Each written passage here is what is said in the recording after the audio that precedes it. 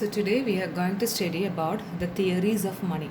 നമ്മൾ മണിയുടെ ചാപ്റ്ററാണ് പഠിക്കുന്നത്. അപ്പോൾ മണി കണക്ട് ചെയ്തിട്ട് നമുക്ക് ഒന്ന് രണ്ട് തിയറീസ് പഠിക്കാനുണ്ട്. അപ്പോൾ before that we will study what are the functions of money. It's very easy. Functions of money നമുക്ക് എല്ലാവർക്കും അറിയാവുന്നതാണ്. We can divide it into primary functions and secondary functions. അപ്പോൾ what is primary function? Basic use of money is that it is used as a medium of exchange. നമുക്ക് എന്ത് സാധനങ്ങൾ വാങ്ങിക്കാനും ഒക്കെ നമ്മൾ മണിയാണ് അല്ലെങ്കിൽ കറൻസിയാണ് നമ്മളതൊരു മീഡിയം ഓഫ് എക്സ്ചേഞ്ച് ആയിട്ട് യൂസ് ചെയ്യുന്നത്. നമ്മൾ പഠിച്ചിട്ടുണ്ട് പണ്ട് ബാർട്ടർ സിസ്റ്റം ആയിരുന്നു, അങ്ങനെ ഇങ്ങനെയൊക്കെ. People take out come up with different materials in exchange. പിന്നീട് അത് ഡിവൈഡ് ചെയ്ത് അതിൻ്റെ കൃത്യമായിട്ടുള്ള വാല്യൂ കാൽക്കുലേറ്റ് ചെയ്യാനൊക്കെ ബുദ്ധിമുട്ടുണ്ടായി. പിന്നെ പലതരത്തിലുള്ള സ്റ്റോൺസ്, മെറ്റൽസ്, ഗോൾഡ് ഒക്കെ ആയിട്ട് പിന്നീട് വന്നു. ഫൈനലി മണി അല്ലെങ്കിൽ currency has been finalised as a medium of exchange. Then next is measure of value. മണിയുടെ ടേംസിലാണ് നമ്മൾ ഏതൊരു പ്രോഡക്റ്റിനെയും വാല്യൂ ചെയ്യുന്നത്. Price, how much is diamond worth, how much is a Benz car worth, how much is a gold worth. അപ്പോൾ നമ്മളിതെല്ലാം ആ മണിയുടെ ടേംസിലാണ് അതിൻ്റെ വാല്യൂ മെഷർ ചെയ്യുന്നത്. Secondary functions, store of value and standard deferred payments. Store of value എന്ന് പറഞ്ഞാൽ പല സാധനങ്ങളും പെരിഷബിൾ ആയിട്ടുള്ള കമ്മോഡിറ്റീസ് ഉണ്ട്. അതായത് പാല് അല്ലെങ്കിൽ മീൻ അല്ലെങ്കിൽ പല പല പ്രൊഡക്ട്സ് ഉണ്ട്. പക്ഷേ അതിൻ്റെയൊക്കെ വാല്യൂ നമുക്ക് സ്റ്റോർ ചെയ്യാൻ പറ്റും പൈസയുടെ ടേംസിൽ അല്ലെങ്കിൽ കറൻസിയുടെ ടേംസിലാണ് നമ്മൾ അതിൻ്റെ വാല്യൂ പറയുന്നത്. സാധനങ്ങൾ ചിലപ്പോൾ നമ്മുടെ കയ്യിൽ നിന്നൊക്കെ ചിലവായി പോകും, അല്ലെങ്കിൽ നമ്മൾ കഴിച്ചു പോകും, ഒക്കെ പോകും, അല്ലെങ്കിൽ ചീത്തയായി പോകും. ബട്ട് വി ക്യാൻ മെൻഷൻ അല്ലെങ്കിൽ we can analyse the worth of that particular products in terms of money. അപ്പോൾ നമുക്കൊരു സ്റ്റോർ ഓഫ് വാല്യൂ ആണെന്ന് പറയാം.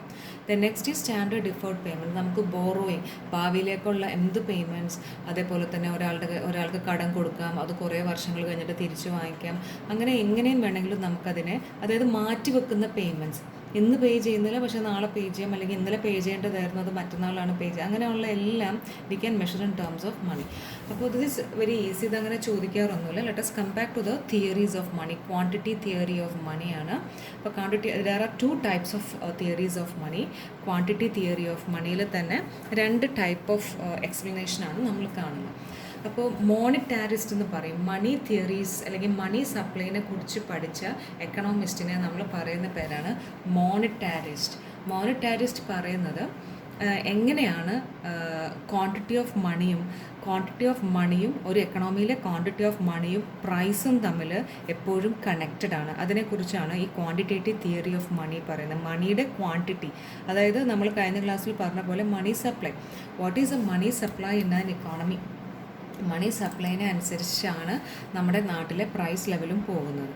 അപ്പോൾ this theory was first introduced by Jean Bodin in 1568 ഈ തിയറി കൊണ്ടുവന്നത്. പക്ഷേ അതിന് ശേഷം പിന്നീട് 200 വർഷം വീണ്ടും പോയി.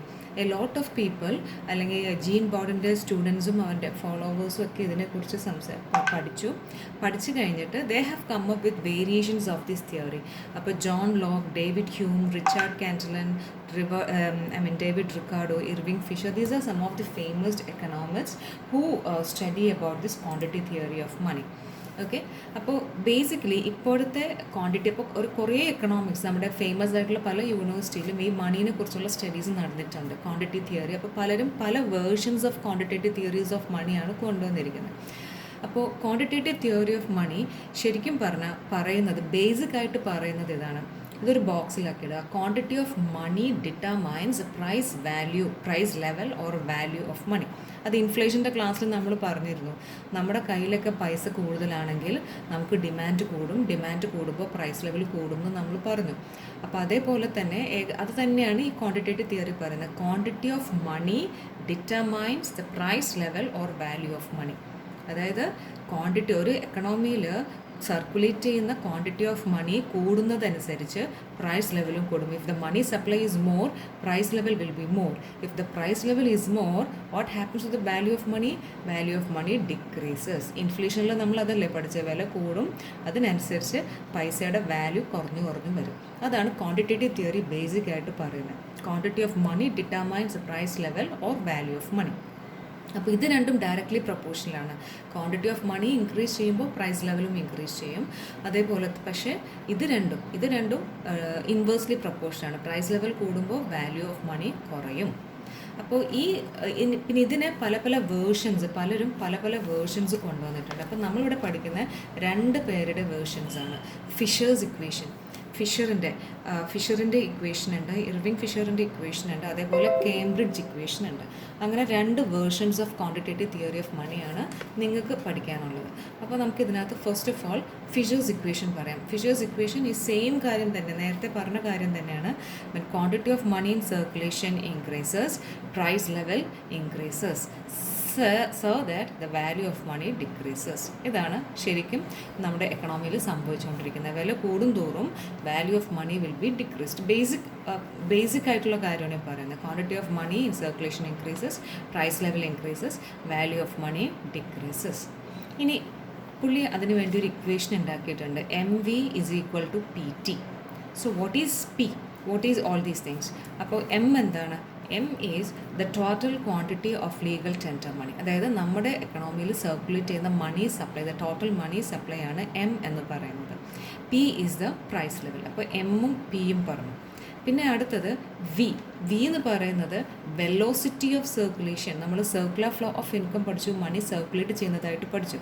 ഹൗ ഫാസ്റ്റ്, നമ്മൾ ഫിസിക്സിൽ വെലോസിറ്റി പഠിക്കുന്ന പോലെയാണ്, എത്ര സ്പീഡിലാണ് മണി സർക്കുലേറ്റ് ചെയ്യുന്നത്. ഇപ്പോൾ എക്കണോമി ഭയങ്കര ഡള്ളായിട്ടിരിക്കുന്ന സമയത്ത് നമ്മുടെ ഡിമോണിറ്റൈസേഷനൊക്കെ വന്നു കഴിഞ്ഞപ്പോൾ ആരുടെയും കയ്യിൽ പൈസ ഉണ്ടായിരുന്നില്ല. അപ്പോൾ എന്താ പറ്റുന്നത്? ഈ വെലോസിറ്റി ഭയങ്കര സ്ലോ ആയിരിക്കും, അല്ലെങ്കിൽ ലോ വെലോസിറ്റി ആയിരിക്കും.